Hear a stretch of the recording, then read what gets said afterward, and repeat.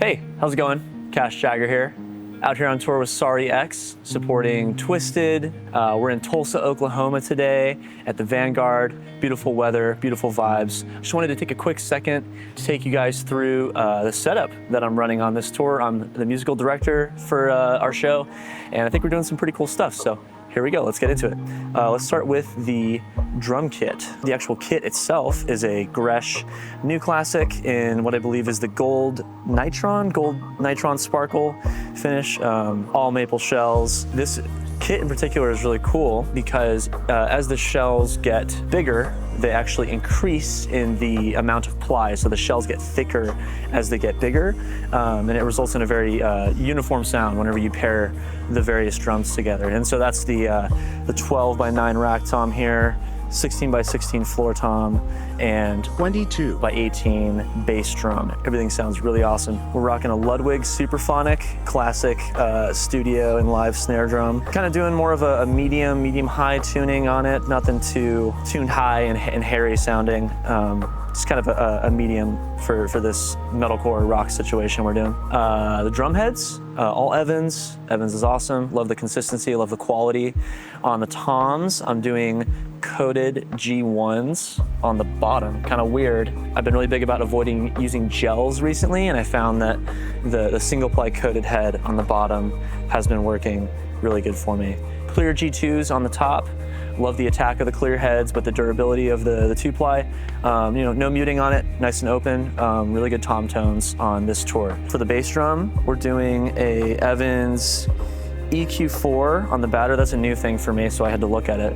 Sounds really awesome. I used to be a Remo guy, and it's the closest to like the Power Stroke 3 that I've found. Sounds awesome. Custom head on the front there, courtesy of Diodario. Those guys are awesome. And then on the snare drum, we're doing an Evans Hazy 300 on the bottom. I like the thinner head as opposed to the 500 on the bottom. And then I've got the HD Dry on the top. You see it's got some miles on it here. Still sounds great though. It's got these little holes punched on the outside just to take a little bit of the ring, a little bit of the overtones out. Get a nice punchy full snare sound, but I don't have to use any gels. I'm not killing the tone of the drum. These just kind of help to take the edge off just a little bit and implement a little bit of control for the sound. Quick shout out to Rocklocks USA, Anthony Gazelle, the homie. Invented a game-changing product that keeps all the drums in tune live and in the studio. I'll put these in cases from show to show, and they won't change in tuning at all with the locks on them. It's really an insane piece of technology that makes my job out here as my own drum tech a lot easier. So shout out Rocklocks. Next, shout out ProMark, using the Hickory Forward 5As. Used to be a Shirakashi Oak guy, but they ran out of those, so I switched to these, and they've been just as awesome, just as durable. I barely break sticks, and they sound great, feel great. Quick shout out to 64 Audio. Got these custom gold-plated in-ears here with 6 drivers per ear. I've had these for 5 years. Shout out Jared and Ricky over at 64 Audio. They've taken really good care of me. Those guys are awesome. Let's move on to the cymbals. Mostly Sabian, one Zildjian kind of getting into the mix, but mostly Sabian. We'll start over here. Rocking these 15-inch medium complex hi-hats. I love these so much that I have 2 sets of them. Got the 10-inch complex splash. I ended up with this one on accident and fell in love with it. Sounds phenomenal. 18-inch complex thin crasher over here. Rocking the 19-inch complex thin crash over here. We got the complex medium ride in the 21. Got the 17-inch, I believe this is the Ozone China. Oh, complex Ozone China. There we go. That's a new thing for me as well. My favorite China I've ever used. It sounds phenomenal. Last but not least, a Meinl Dark Classic, Classic Dark, whatever that is, like really broken China on the bottom in 18.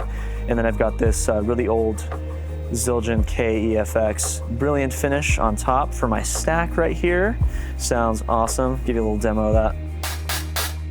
Best stack I've ever constructed out of random cymbals laying around. And then, the GOAT, the classic, the Zill Bell. Everybody loves it. There's a couple of those moments in there. Cool, next chapter, the tuning. I do the nollie method on the toms where you tune the bottom head a half step below your desired note, and then you tune the top head a minor third below that, and it creates the desired note via resonance. On the kick drum, I've been doing the Bob Gatson LPP method, the lowest possible pitch. So I'm just getting the lowest possible pitch with no wrinkles on both heads, and it gets me the punchiest sound, most amount of low end. Sounds really good.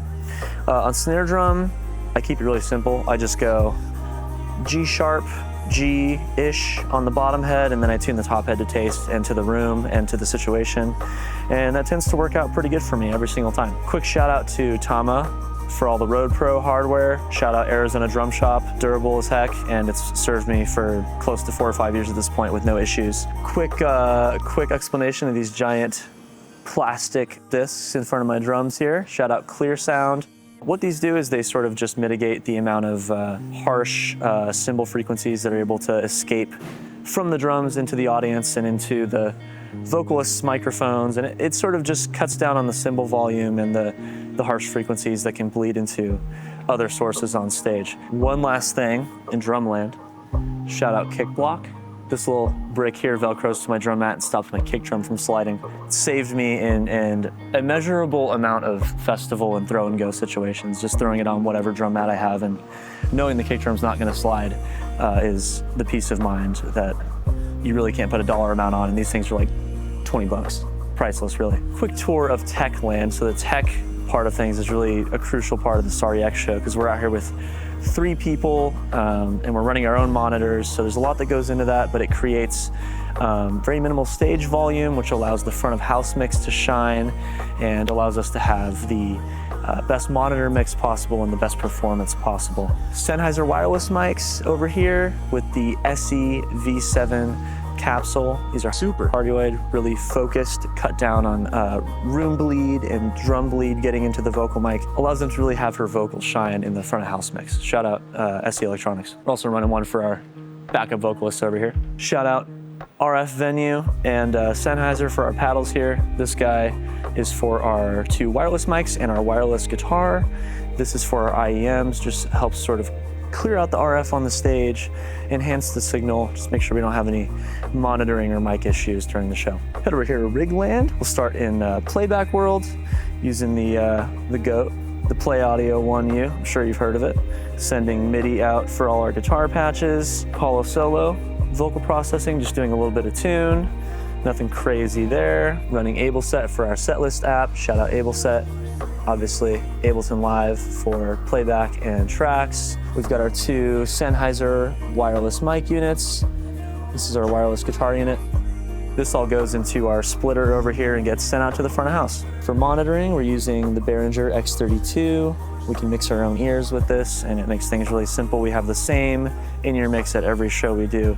It saves a ton of time and once again, allows us to have the best performance possible. Lastly, IEMs over here, classic Sennheiser G4 units. These things are indestructible, super reliable. The auto scan on them is awesome, and they sound phenomenal. Once again, Cash Jagger here. Thanks for going on a little tour with me of the Sorry X rig on the Twiztid tour. It's been a ton of fun. Shows have been crushing. If you ever get a chance to see the Sorry X show, it's something I'm incredibly proud of, and there's so much that goes into it, so much hard work, so much investment in technology, so much time, and come out and catch a show whenever you can. Cool, appreciate it. Have an awesome day, and I'll catch you in the next one.